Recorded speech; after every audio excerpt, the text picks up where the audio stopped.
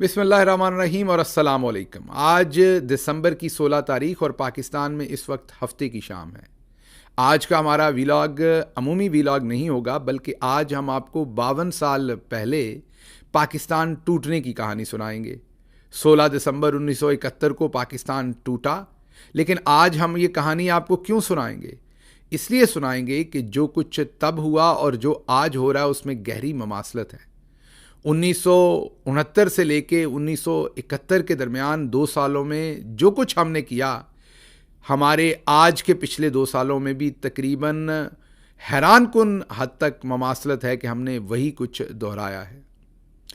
1971 में पाकिस्तान टूटा, लेकिन क्या उसके बाद हमने कोई सबक सीखा? सबक सीखना तो दूर की बात थी, हमने तो सच बोलना भी ना सीखा, और उस सानहे का पूरा सच ना अपने साथ बोला, ना अपने बच्चों के साथ बोला, ना अपने तालीमी निसाब में शामिल किया।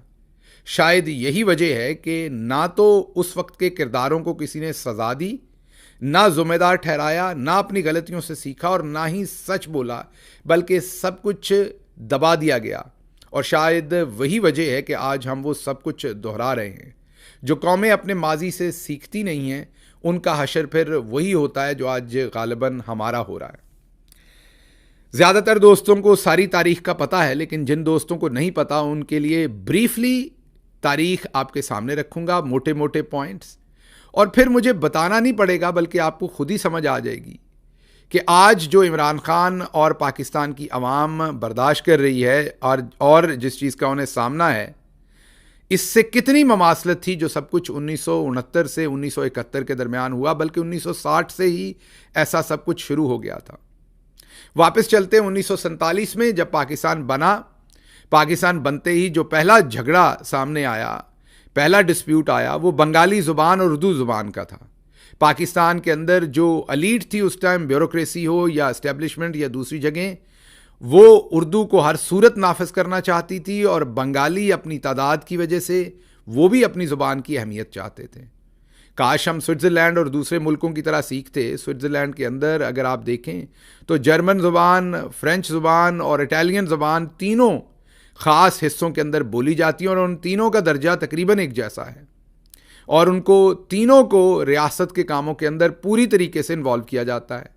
अमेरिका एक इंग्लिश स्पीकिंग स्टेट है, लेकिन अमेरिका के अंदर बहुत सारे स्पेनिश लोग हैं, इसलिए अमेरिका की सारी रियासतें जो स्पेनिश मीन मैक्सिको की साइड के ऊपर हैं, उनके अंदर स्पेनिश जो है वो दूसरी ज़ुबान है, और तकरीबन हर जगह पर बोली और समझी जाती है या दफ्तरों में इस्तेमाल की जाती है।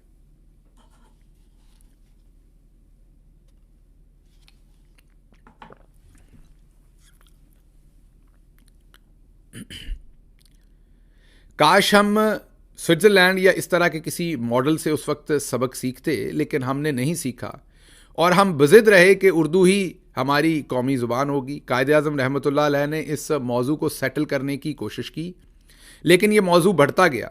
1952 में चलते हैं। 1952 में 1952 में पहली बार बंगाली ज़ुबान को लेकर इसके ऊपर एहतजाज होना शुरू हुआ। हमने वही किया जो हम आज करते हैं, हमने कुछ नया नहीं किया। लाठी चार्ज, ताकत का अंधा इस्तेमाल, मार धाड़, और उसके अंदर बहुत सारे बंगालियों की जान चली गई। बस फिर क्या था, एक नई आग लग गई, और उस आग ने अवामी मुस्लिम लीग का जन्म किया।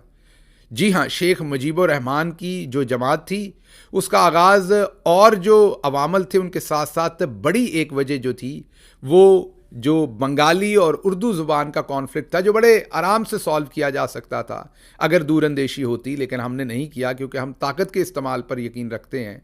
और वो 1955 के अंदर फिर अवामी मुस्लिम लीग सामने। अब बात करते हैं 1965 की जंग की। 1965 में हिंदुस्तान और पाकिस्तान की जंग हुई। पाकिस्तान की पूरी कौम ने इकट्ठे होकर एक मुट्ठी वो जंग लड़ी, और उसके नताइज फिर आपके सामने हैं, जो कि अच्छे नताइज थे। लेकिन उस जंग के बाद पाकिस्तान के ऊपर इकोनॉमिक प्रेशर आ गया, जो जंग के बाद तकरीबन अमूमी तौर पर मुल्कों के ऊपर आता है। अगर उनकी इकॉनमी पहले से बेहतर ना हो, हमारी कभी भी बेहतर नहीं थी, तो हमारे ऊपर प्रेशर आया। उसके बाद 1966 में लाहौर के अंदर अपोजिशन लीडर्स की एक कॉन्फ्रेंस हुई या बैठक हुई। फील्ड मार्शल अयूब खान की हुकूमत थी, और उनकी अपोजिशन ने बैठकर एक बैठक की, जिसमें शेख मुजीबुर रहमान ने 6 नकाती एजेंडा दिया। आपके लिए हैरानी की बात होगी कि आज अगर आप 18वीं अमेंडमेंट पढ़ें तो उस 6 निकाती एजेंडे में बहुत सारी चीज़ों में बहुत ही गहरी ममासलत है आज की 18वीं तरमीम के साथ। लेकिन जारी बात है उस टाइम शेख मुजीब की हमने बात थोड़ी सुनी, हमने उसे गद्दार और पता नहीं क्या कुछ हमने कह डाला। बहरहाल 1966 में जब शेख मुजीब ने ये 6 पॉइंट दिए, उसमें अहम बातें यही थी कि वो चाहते थे कि जो आपका दिफा और आपकी खारजा पॉलिसी है वो सेंट्रल गवर्नमेंट के पास रहे और बाकी जो सूबे हैं वो अपनी दूसरी माशी पॉलिसियां जो हैं, जैसे टैक्स कलेक्ट करना, फिर उस टैक्स को खर्च करना, फिर अपने रिजर्व्स को रखना, ये तमाम चीज़ें उनके अपने इख्तियार के अंदर हों, जो कि कोई इतनी बुरी बात नहीं थी, क्योंकि उस वक्त के जितने भी इकोनॉमिस्ट हैं जो उस वक्त काम कर रहे थे, अगर आप उनसे बात करें तो आपको बताते हैं कि जो इन्वेस्टमेंट थी, पर कैपिटा इनकम थी, और फिर क्योंकि कैपिटल जो था वो इस तरफ था, पाकिस्तान के अंदर था, वेस्ट पाकिस्तान के अंदर था पाकिस्तान का कैपिटल, सारे लेजिस्लेटर यहाँ होते थे, यहाँ के बिजनेसमैन को एडवांटेज था लाइसेंसिंग लेने के लिए, सब्सिडीज़ लेने के लिए, और उन तमाम वजह से बिज़नेस यहाँ ज़्यादा फल फूल रहा था, वहाँ कम फल फूल रहा था, क्योंकि हिंदुस्तान और पाकिस्तान का जो मुकाबला था वो वेस्ट पाकिस्तान में ज़्यादा था। उस वक्त ज़्यादा डेवलपमेंट जो है वो डैम्स की शक्ल में हुई, या हमारा जो मिलिट्री का इंफ्रास्ट्रक्चर था, हमारा डिफेंस का इंफ्रास्ट्रक्चर था, उसमें हुई। तो जब डिफेंस का इंफ्रास्ट्रक्चर होता है तो लोगों को जो मजदूरी मिलती है, जो डेवलपमेंट होती है, वो सारी भी वेस्ट पाकिस्तान में हुई। तो ईस्ट पाकिस्तान अपने आप को डिप्राइव फील करता गया, ये कोई एक दिन की कहानी नहीं थी। बहरहाल 1966 में वो जो 6 नकात दिए गए, उसका नतीजा ये हुआ कि 1966 में ही हमने उससे बाद में ये इल्ज़ाम आयद कर दिया कि 35 ऑफिसर, और जिसमें ब्यूरोक्रेसी के ऑफिसर्स थे, और हमने कहा कि शेख मुजीब के ये फॉलोअर्स थे, और इन्होंने क्रॉस किया है अगरतल में जो हिंदुस्तान का इलाका था बांग्लादेश की साइड पे, और इन्होंने प्लानिंग की है पाकिस्तान की गवर्नमेंट गिराने की वहाँ पर। 1966 के अंदर ये मुकदमा दर्ज किया गया सेडेशन का इन लोगों के ख़िलाफ़, और 1968 में इसके अंदर शेख मुजीब को भी धर लिया गया, मीन उनको भी इसके अंदर इन्वॉल्व कर दिया गया, उनको भी चार्ज किया गया सेडेशन में, और उनका ट्रायल किया गया इसके अंदर। फिर आते हैं 1969 में।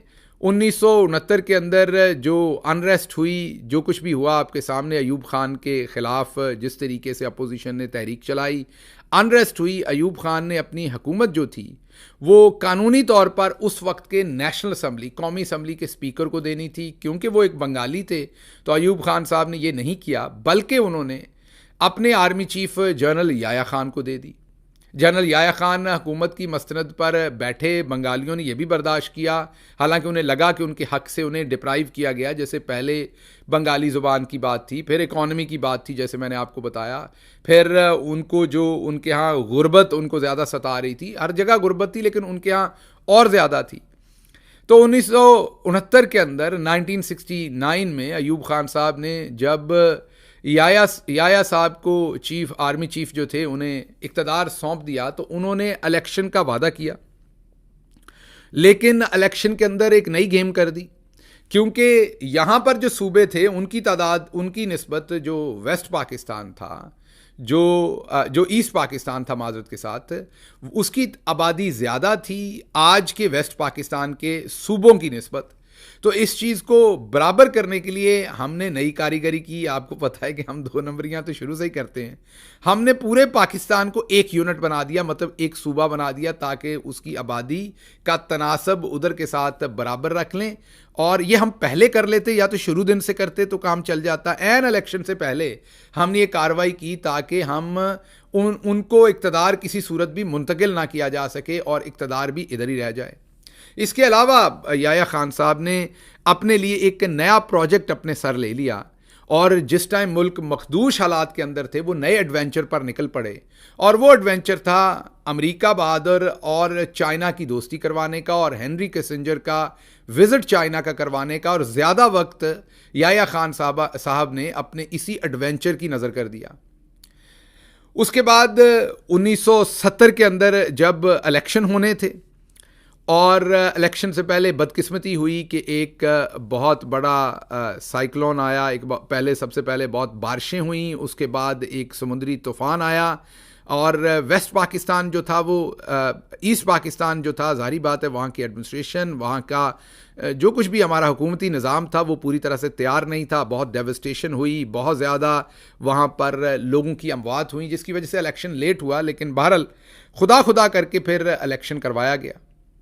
जब इलेक्शन करवाया गया तो उसके अंदर जो ईस्ट पाकिस्तान था, आज का बांग्लादेश, उसके अंदर टोटल 162 सीटों के ऊपर 160 उम्मीदवार शेख मुजीब ने उतारे।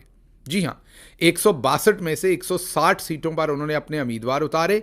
और ये जो 2 सीटें छोड़ी, ये भी उन्होंने जानबूझ के छोड़ी। 2 इम्पॉर्टेंट लोग थे जिनके खिलाफ वो अपने लोगों को, अपनी पार्टी के लोगों को खड़ा नहीं करना चाहते थे, सीनियर लीडर्स थे, उनके लिए 2 सीटें उन्होंने छोड़ दी। भुट्टो साहब ने तकरीबन कोई भी कैंडिडेट, तकरीबन कोई इक्का दुक्का हो सकता है, लेकिन कोई भी कैंडिडेट जो है वो उस तरफ खड़ा नहीं किया। इससे आप अंदाज़ा लगा लें कि उस वक्त हमारे वेस्ट पाकिस्तान की जो बड़ी पार्टी थी उसका क्या हाल था, फेडरेशन को लेके उसका क्या हाल था कि उन्होंने कोई वहाँ पर कैंडिडेट फील्ड नहीं किया, कोई कैंडिडेट खड़ा नहीं किया, टिकट नहीं दी। लेकिन शेख मुजीब ने वेस्ट पाकिस्तान में कुछ कैंडिडेट्स खड़े किए, एक फेडरल पार्टी का तासर देने के लिए आप कह लें, या फेडरल पार्टी होने की वजह से आप कह लें। इलेक्शन के जब रिजल्ट आए तो वो हैरान कुन थे। शेख मुजीब ने जीती 167 सीट्स और भुट्टो साहब को मिली सिर्फ 86 सीट्स, आधी से भी कम, या आधी से कम तो नहीं कहा जा सकता, लेकिन आधी कह लें आप। आधी सीट्स शेख मुजीब की निस्बत वाज़े तौर पर जो विनर था वो शेख मुजीब थे। इससे पहले जो मैं फ्लड्स की बात की थी उसमें याया खान साहब इतने टुन रहते थे और इतनी उनकी कैपेसिटी नहीं होती थी काम करने की, या उनकी ओरिएंटेशन नहीं होती थी सही तरीके से, उससे भी बहुत कुछ मुतासर होता था। उसके साथ साथ वो जो चाइना और अमेरिका वाला प्रोजेक्ट लिया था उसने भी इफेक्ट किया। तो जब वहाँ पर बारिशें और तूफान था तो याया साहब कई दिन के बाद वहाँ, 4-5 दिन या 3 दिन के बाद वहाँ पहुँचे, एक हवाई सा टूर किया और जो तकरीर कर रहे थे उसमें भी लड़खड़ा रहे थे जो वहाँ जाकर उन्होंने तकरीर की। रिस्पांस भी कम था। फिर उनको समझ आई कि ये तो मैंने गलत कर दिया। फिर को 12-14 दिन के बाद दोबारा विज़िट किया, फिर दोबारा वही बातें और कहा कि हाँ हमारी हुकूमत ने सही तरीके से रिस्पॉन्ड नहीं किया। तो वो एक खलश भी मौजूद थी जिसने और इंस्टिगेट किया मामलात को। बहरहाल इलेक्शन के रिजल्ट्स मैंने आपको बताए, वाज़े तौर पर विनर थे शेख मुजीबुर रहमान, उन्हें हुकूमत ट्रांसफ़र करनी थी। याया खान तैयार भी थे, भुट्टो साहब से भी उनकी मुलाकात हो गई और वो ढाका गए और वहाँ पर उन्होंने अपनी प्रेस टॉक से निकलते हुए ये कहा कि शेख मुजीब ही अगले प्राइम मिनिस्टर होंगे, क्योंकि शेख मुजीब जो हैं वो जीत चुके थे, वाज़े तौर पर उनकी जीत थी। उसके बाद पाकिस्तान, वेस्ट पाकिस्तान के अंदर हमारी इस्टेब्लिशमेंट ने एक प्लान बनाया और हमने कभी असम्बली का इजलास ही ना बुलाया। असम्बली का इजलास हमने इसलिए नहीं बुलाया कि असम्बली का इजलास बुलाएंगे तो फिर वोटिंग हो जाएगी और फिर शेख मुजीब को हमें प्राइम मिनिस्टर बनाना पड़ जाएगा, और वो तो हमने करना नहीं। तो जो अनरेस्ट हो रही थी बांग्लादेश, आज का बांग्लादेश, उस वक्त का ईस्ट पाकिस्तान, उसको रोकने के लिए हमने वही किया जो हम आज कर रहे हैं।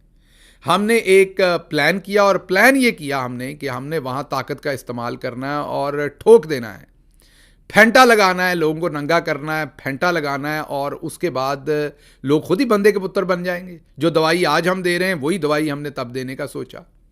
लेफ्टिनेंट जनरल साहबजादा याकूब जो थे वो भी इसका शुरू में हिस्सा थे, बाद में शायद उनका ज़मीर जागा और उन्होंने कहा यह काम मैंने नहीं करना। उनको डिसमिस कर दिया गया, हटा दिया गया, उनकी तनज़्ज़ुली कर दी गई और उन्हें मेजर जनरल के रैंक पर लगा दिया गया, लेफ्टिनेंट जनरल से नीचे, और उनकी जगह पर टिक्का खान साहब को भेजा गया। जनरल टिक्का खान वहाँ पहुँचे और उन्होंने फिर लाठी उठाई और लाठी फेरी, हैवी हैंडेडनेस की, और उससे वक्ती तौर पर तो मामलात ऐसे लगे कि जैसे संभल गए हैं, लेकिन वो जो पहले नाराज़गी थी वो नफ़रत में बदल गई और लोगों के दिलों के अंदर घर कर गई। उसके बाद वहाँ पर मशहूर जनरल न्याजी साहब को भेजा गया टिक्का खान साहब की जगह पर। उन्हें टिक्का खान को वहाँ से निकाल कर, टिक्का खान जो थे वहाँ उनको गवर्नर भी लगाया गया था और वो वहाँ पर फ़ौज के ऑपरेशंस को भी कंट्रोल कर रहे थे। फिर उनको इस तरफ ला के कोर कमांडर लगाया गया वेस्ट पाकिस्तान में, आज के पाकिस्तान में, और उनकी जगह पर जनरल न्याजी को भेज दिया गया। जनरल न्याजी साहब वहाँ थे और यही इलेक्शन, प्राइम मिनिस्टर किसको बनाना है, क्या करना है, यही बातें चल रही। तो भुट्टो साहब ने विज़िट किया। भुट्टो साहब ने जो विज़िट किया तो 25 मार्च को भुट्टो साहब ढाका से वापस निकले वहाँ पर विज़िट किया, शेख मुजीब से बातचीत की, दूसरों से बातचीत की। कोशिश यही थी कि किसी तरीके से कोई ले दे की पॉलिसी से बस शेख मुजीब को प्राइम मिनिस्टर ना बनाना पड़ जाए। ये पॉलिसी थी पूरे वेस्ट पाकिस्तान की तरफ की एलीट की और अशराफिया की।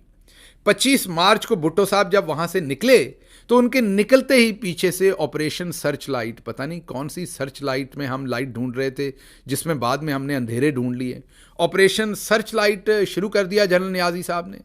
लोगों को उठा लिया गया, मारा गया, पीटा गया, गायब कर दिया गया, बगावत के मुकदमे, गद्दारी के मुकदमे, औरतों को उठा लिया गया, मर्दों को उठा लिया गया, लाठी चार्ज, और शेख मुजीब को गिरफ्तार कर लिया गया उसके घर से और डिटेन कर दिया गया, जो अवामी मुस्लिम लीग थी और फिर बाद में अवामी लीग बनी, उनके जो अकाबरीन थे उन्हें डिटेन कर दिया गया। गर्ज ये कि ताकत के साथ कब्जा करने की मुकम्मल हमने अपने ही मुल्क के अंदर कोशिश की। और उसके बाद ये 25 मार्च से ये जो मामलात शुरू हुए ये चलते रहे और 3 दिसंबर का दिन आ गया। 3 दिसंबर को जब हालात ज़्यादा ख़राब हुए तो जनरल याह्या खान ने कहा कि अब हमें लग रहा है कि ज़ाहिर बात है, हिंदुस्तान तो इंतज़ार कर रहा था कि हम 1947 से लेके 71 तक हिंदुस्तान तो एक एनिमी स्टेट था, वो तो इंतज़ार कर रहा था कि पाकिस्तान ये गलतियां करे और मौका मिले। जैसे जैसे पाकिस्तान ये गलतियां करता गया, इंदिरा गांधी लेड गवर्नमेंट जो थी उन्होंने पाकिस्तान के इर्द गिर्द अपना घेरा तंग कर लिया और उन्होंने अपनी फोर्सेस मूव करके उस वक्त के ईस्ट पाकिस्तान और बांग्लादेश के इर्द गिर्द लगा दी और वो तैयार थे इन्वेजन करने के लिए। जब आखिरकार बोतल साइड पर रखी और थोड़ा शायद एक दिन के लिए होश आया याह्या खान साहब को, तो उन्होंने सोचा कि अब इसको फुल फ्लज वॉर में कन्वर्ट कर लेते हैं और फुल फ्लज वॉर में कन्वर्ट करेंगे तो शायद दूसरे मुल्क बीच में आ जाएं, जंग रुकवा दी जाए, तो ये जो हिंदुस्तान इन्वेजन करना चाहता है या शेख मुजीब और उनकी मुक्ति बानी और उनकी मदद करना चाहता है, इन्वेड करना चाहता है, ये काम शायद रुक जाए। इस वजह से उन्होंने पाकिस्तानी एयरफोर्स से हिंदुस्तानी कुछ एयरफील्ड्स के ऊपर कुछ बॉम्बिंग करवाई। बट दैट वाज कहा जाता है टू लिटल टू लेट, उससे कोई ख़ास फ़ायदा नहीं हुआ। उससे सिर्फ ये हुआ कि जो होना था वो तेज़ हो गया और दिसंबर 3, 1971 को जंग छिड़ गई। बदकिस्मती से हम ये जंग सिर्फ 16 दिन लड़ सके। इसमें हम अपनी अफवाज को कुछ नहीं कह सकते। अपने लोगों से लड़ना आसान नहीं होता। इसमें बिल्कुल ये नहीं कहा जा सकता कि जो वहाँ लड़ रहे थे वो शेरदिल नहीं थे, बुज़दिल थे, ये कहना गलत था। लेकिन जो उनके लीडरान थे असल में वो बुज़दिल थे, जिन्होंने वो स्ट्रेटजीज़ बनाई, जिन्होंने वो पॉलिसीज़ बनाई, जिन्होंने अपनों की आंखें और अपनों की बंदूकें एक दूसरे के ऊपर तान दी। तो जब अपनों की आंखें और अपनों की बंदूकें तनी हों तो फिर जिस तादाद में ज़्यादा अपने हों वो उस साइड ने जीतना होता है, या जो साइड दुरुस्त सिम्मत हिस्ट्री के खड़ी हो उसी ने जीतना होता है। बहरहाल 16 दिन की इस जंग में, 16 भी नहीं बल्कि 13-14 दिन की माजरत के साथ इस जंग में हम आखिरकार इस 13-14 दिन की जंग में 16 दिसंबर को हमने सरेंडर कर दिया। और रमना रेस कोर्स के अंदर जनरल नियाज़ी ने जनरल जगजीत सिंह अरोरा, जो मशहूर आपके सामने पिक्चर आती है जिसके अंदर जनरल जगजीत सिंह अरोरा और जनरल नियाज़ी हमारे साइन कर रहे हैं पाकिस्तान के जो ट्रुप्स हैं उनका सरेंडर। और गालिबन 8 या 10 ब्रिगेड हमारी फ़ौज थी, 90,000 के करीब हमारी फ़ौज जो है वो वहाँ पर जंगी कैदी बन गए, जिसको हिंदुस्तान के वो जंगी कैदी ज़ाहिर बात बन गए।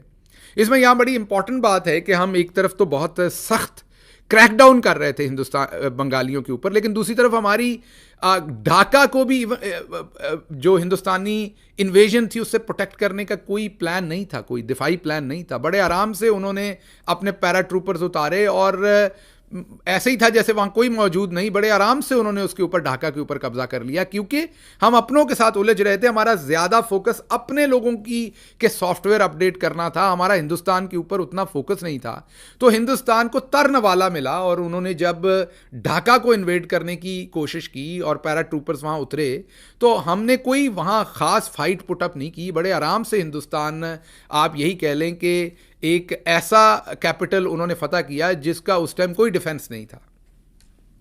तो बहरहाल 1971 के अंदर 16 दिसंबर को ये सानहा हुआ जब 52 साल बाद, आज 52 साल हो गए हैं और उस वक्त 52 साल पहले कायदे आज़म का बनाया हुआ पाकिस्तान 16 दिसंबर 1971 को टूट गया। लेकिन आपके लिए मैं इंटरेस्टिंग बात बताऊं कि जो 1971 को पाकिस्तान टूटा। आप सोच रहे होंगे शेख मुजीबुर रहमान उस टाइम कहाँ है, जिसने प्राइम मिनिस्टर बनना था। शेख मुजीबुर रहमान को 25 मार्च को जब हमने ऑपरेशन सर्च लाइट शुरू किया, उसी रात को गिरफ्तार कर लिया गया था और उसी रात उसे एयरलिफ्ट किया गया, जहाज के साथ वेस्ट पाकिस्तान लाया गया। ये वही हरकतें हैं जो आज भी हम करते हैं। केपीके के बंदे को पंजाब से पकड़ना, पंजाब के बंदे को वहां से पकड़ना, वही हरकतें हम करते हैं। हमें कोई परवाह नहीं है। हालांकि उनको जो करना था 25 मार्च को तो हमारी हुकूमत सब कुछ बंगाल के अंदर थी ना, तो वहां रखकर किया जाता। लेकिन 25 मार्च से 16 दिसंबर तक तो हमारी हुकूमत ही थी ना ईस्ट पाकिस्तान के अंदर भी। लेकिन उन्हें 25 मार्च को ही वेस्ट पाकिस्तान लाया गया ताकि नफरतें और बढ़ें। उनके ऊपर गद्दारी और बगावत के मुकदमात किए गए, जो आज इमरान खान के ऊपर हैं, जो आज के अरशद शरीफ के ऊपर हैं, शहीद के ऊपर, जो आज के शहबाज गिल के ऊपर हैं, जो आज के बहुत सारे अकाबरीन के ऊपर गद्दारी और बगावत के मुकदमे हैं अपने मुल्क के साथ। शेख मुजीब के ऊपर वो मुकदमे ट्रायल यहाँ किया गया और उसे एक अंधी कोठड़ी के अंदर या किसी ऐसी जगह पर फेंक दिया गया जिसका किसी को पता नहीं था। लोगों को यह भी नहीं पता था कि शेख मुजीब जिंदा है या मर चुका है। बहरहाल जब 16 दिसंबर को सकूत हुआ, पाकिस्तान दो लख्त हुआ, तो पाकिस्तान के अंदर जो पाकिस्तान के हल्के थे उनमें खलबली मची और ब्रिगेडियर FB अली और उनके साथियों ने याया खान को रिमूव कर दिया। याया खान को रिमूव करके भुट्टो साहब, जो उस टाइम यूनाइटेड नेशन के अंदर थे और पाकिस्तान के बयानिए की, मैं यही कहूँगा हारे हुए बयानिए की जंग लड़ने की वहाँ कोशिश कर रहे थे, तो उनको वहाँ से वापस बुलाया गया और उन्हें पहला चीफ मार्शल एडमिनिस्ट्रेटर, पहला सिविलियन चीफ मार्शल एडमिनिस्ट्रेटर बना दिया गया।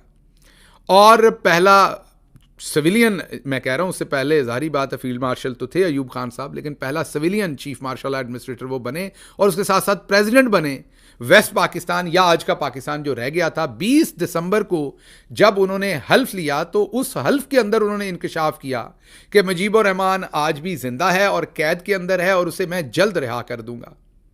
ये बिल्कुल वैसा ही है जैसे मैं आज आपको ये ब्रेकिंग न्यूज़ भी दे देता हूं कि नवाज शरीफ साहब का प्लान है इस्टेब्लिशमेंट के साथ मिलकर बना हुआ कि जब वो इलेक्शन जीतेंगे, आने वाला इलेक्शन धांधली से, तो हल्फ लेने से पहले वो पाकिस्तान के अंदर जो कैद औरतें हैं इस टाइम पाकिस्तान तहरीक इंसाफ की, उनको आम माफ़ी देने का ऐलान करेंगे ताकि एक बड़े होने का इमेज नवाज शरीफ साहब का जाए। ये डिसाइड हुआ है फिलहाल, अभी तक देखते हैं करते क्या है, लेकिन अभी तक का डिसीजन ये, इसलिए उन औरतों को किसी जमानत के ऊपर छोड़ा नहीं जाता क्योंकि नवाज शरीफ साहब का कद बड़ा करना है।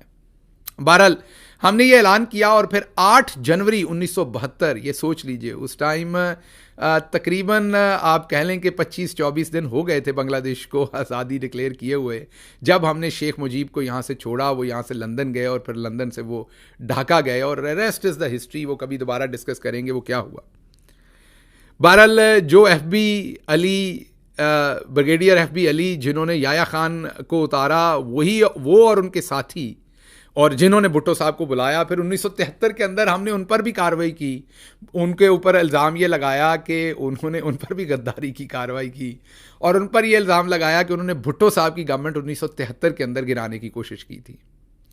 और उसके बाद 1973 के बाद 1977 आता है जब ज़ियाउल हक साहब ने एक दफ़ा फिर सोचा, जैसे पहले हमने सोचा था कि शेख मुजीब अच्छा लीडर नहीं है, उसको हुकूमत दे दी तो क्या होगा, फिर हमने सोचा भुट्टो अच्छा लीडर नहीं, तब हमने भुट्टो को बुलाया, तब हमने यूनाइटेड नेशन में बैठे हुए भुट्टो को वापस बुलाया।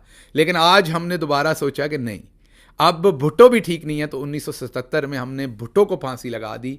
लेकिन उस टाइम भुट्टो साहब ने भी बहुत सारी गलतियां की, इसमें कोई शक नहीं, लेकिन जो उस वक्त की इस्टेब्लिशमेंट और पाकिस्तान की फ़ौज ने उस वक्त किया वो गलत किया।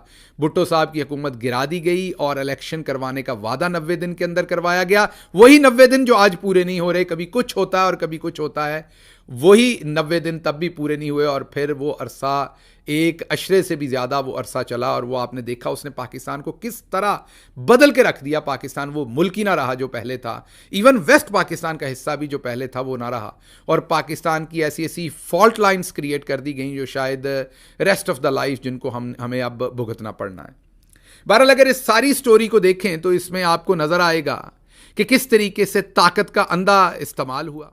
बहुत सारी और ऐसी चीज़ें जो जैसे कि वहाँ पर कितने लोगों की ज़िंदगियाँ गईं, कितनी औरतों के साथ ज़्यादतियाँ हुईं, मैं उनकी तरफ नहीं जाऊँगा क्योंकि मैंने जैसे आपको कहा कि अपना पेट उठाएंगे तो वो खुद नंगा होगा और अगर आप ये बातें करेंगे तो फौरन आप पे इल्ज़ाम लगाया जाएगा कि आप अमेरिका में बैठ के देखें पाकिस्तान की रियासत के ख़िलाफ़ बात कर रहे हैं, पाकिस्तान के ख़िलाफ़ बात कर रहे हैं। ऐसा नहीं है, हम सिर्फ सीखने की कोशिश कर रहे हैं, आईना देख रहे हैं कि तब क्या हुआ और आज क्या हुआ, तब ताकत का अंधा इस्तेमाल किस तरीके से किया गया और आज वही ताकत का अंधा इस्तेमाल किया जा रहा है।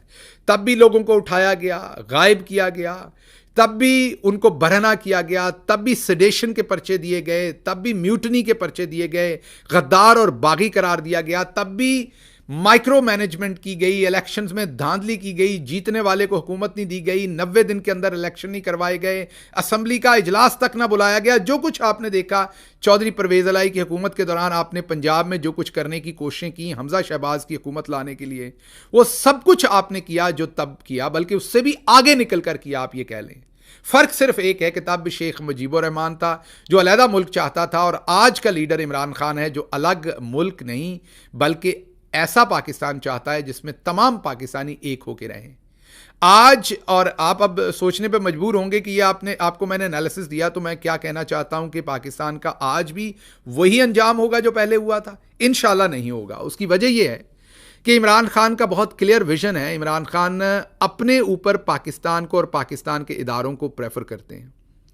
इमरान खान चाहते हैं कि आज भी हम होश के नाखुन लें, एक फ्री एंड फेयर इलेक्शन करवाएं ताकि पूरा पाकिस्तान, वो बेशक नवाज शरीफ को चुन ले, जरदारी को चुन ले, जिसको आप लाए हैं उसको चुन ले, कोई इमरान खान को इससे मसला नहीं है।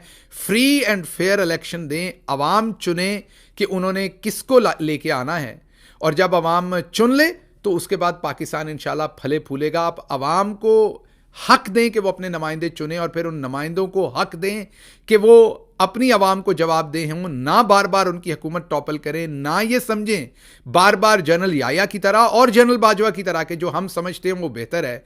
जैसे जनरल याया को लगता था कि जीतने के बावजूद मुजीब को हुकूमत नहीं देनी, उसी तरीके से जनरल बाजवा को लगता था कि इमरान खान की हुकूमत जो है वो उसमें उस्मान बुज़दार की जगह पर फ़लाँ को चीफ मिनिस्टर होना चाहिए, फ़लाँ को फाइनेंस मिनिस्टर होना चाहिए, फ़लाँ को फ़लाँ होना चाहिए।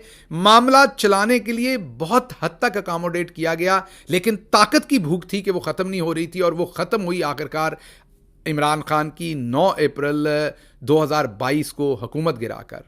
तो आपने ये भी देखा कि तब भी यही मॉडल था कि एक लूली लंगड़ी हुकूमत देनी है, क्योंकि अयूब खान साहब, याया खान साहब को जो उनकी इंटेलिजेंस ने और उनके हवारियों ने ब्रीफिंग दी थी इलेक्शन से पहले, वो ये दी थी कि एक हंग पार्लियामेंट बनेगी, कुछ सीटें मुजीब को वहाँ से मिलेंगी, कुछ भुट्टो को मिलेंगी, हंग पार्लियामेंट बनाएंगे और आप ही फिर प्रेसिडेंट रहेंगे, और नीचे एक डोसाइल सा प्राइम मिनिस्टर, काकड़ साहब की तरह का प्राइम मिनिस्टर या शहबाज शरीफ की तरह का प्राइम मिनिस्टर बना देंगे, और आप लाठी से चलाएंगे जो आपका दिल करेगा। जब इंतखाबात के नताइज आए तो वो बिल्कुल ही हैरान कुन थे। शेख मुजीब ने वो कर दिया जो आज पाकिस्तान के अंदर एक तरफ अवाम पूरी खड़ी है, वही हाल उस वक्त ईस्ट पाकिस्तान के अंदर किया गया। तो इस वजह से आप ये कह सकते हैं कि उस वक्त भी प्लेबुक यही थी कि हंग पार्लियामेंट हो, आज भी प्लेबुक वही है कि हंग पार्लियामेंट हो। मसला सिर्फ एक है कि हम अपनी आवाम के ऊपर भरोसा नहीं करते, हम अपनी आवाम को चुनने नहीं दे रहे अपने लीडरान, और फिर उन लीडरान को काम करने का मौका नहीं दे रहे। अगर हमने ये कर दिया तो यकीन कीजिए हमारी तारीख मुख्तलिफ होती और हमारा मुस्तकबिल भी मुख्तलिफ होगा। लेकिन आखिर पर इस सारी डिप्रेस बात में से मैं एक अच्छा मैसेज आपको दे दूं, वो ये दे दूं कि आज के हमारे जो इदारे हैं उनमें चंद लोगों को छोड़ के लार्जली हमारे इदारों के अंदर लोगों को अदराक है कि हमने क्या गलतियां की हैं माजी में। मैं ये समझ सकता हूं और उम्मीद रख सकता हूं कि उन्हें अदराक है, और मैं ये अदराक रखूंगा कि इदारों के ऊपर बैठे हुए लोगों को भी अगर अदराक नहीं है तो वो उम्मीद करता हूं कि अदराक करेंगे। और इसके साथ साथ आज के पाकिस्तान में बेशक आपको एक नवाज शरीफ नज़र आ रहा है जो अपनी हुकूमत बनाने के लिए, पाकिस्तान को कुर्बान करने के लिए, पाकिस्तान के इवन टुकड़े टुकड़े करने के लिए भी खुदा न खास्ता तैयार होगा। लेकिन आज के पाकिस्तान में आपके पास एक इमरान खान है जो हार कर भी जीतेगा और पाकिस्तान को कभी नुकसान नहीं होने देगा, और पाकिस्तान के अंदर कभी ना लसानियत का नारा लगने देगा, और ना पाकिस्तान के अंदर कभी इलाकाई नारा लगने देगा, और ना पाकिस्तान के अंदर कोई लाइन क्रिएट करने देगा, ना कोई फॉल्ट लाइन क्रिएट करने देगा। इमरान खान और उसकी क़यादत में हम तमाम लोग, हम ये समझते हैं कि पाकिस्तान एक मुठ है, एक जान है, और पाकिस्तान की जो आज की सरहदें हैं हम उनका दिफा अपने खून से करना चाहते हैं। हम उनका दिफा इसी तरीके से करना चाहते हैं जैसे हमारी पुलिस, हमारी बहादुर अफवाज, हमारी फ़ज़ाइया, हमारी नेवी का एक एक जवान करना चाहता है। बिल्कुल उसी तरीके से हर पाकिस्तानी अपनी रियासत की जो सरहदें हैं उसके एक एक इंच का दिफा करना चाहता है। आज के पाकिस्तान में इमरान खान कोई ऐसा नारा नहीं लगाना चाहता, ना कभी लगाएगा, जितना भी जुल्म आप कर लें। इमरान खान का कोई फॉलोअर भी कोई ऐसा ना नारा लगाएगा, ना ऐसी सोच सोचेगा जिससे पाकिस्तान कमज़ोर हो। लेकिन आपको भी सोचना पड़ेगा कि प्ले बुक बदलनी पड़ेगी। जुल्म वही जारी नहीं रह सकता जो पहले किया गया। दुआ करें कि वतन अजीज़ के अंदर हम सब मिलके काम करें। तमाम लोग जो इस टाइम पाकिस्तान के अहम ओहदों पर बैठे हैं उनको इस बात का एहसास हो कि जो गलतियां हमने 1971 का सानहा करने के लिए की, हम उन गलतियों को ना दोहराएं और पाकिस्तान को आगे लेकर बढ़ें, कायदे आज़म के पाकिस्तान को आगे लेकर बढ़ें। इसके साथ ही मुझे इजाज़त दीजिए। अल्लाह आपका हामी और नासिर हो। पाकिस्तान जिंदाबाद।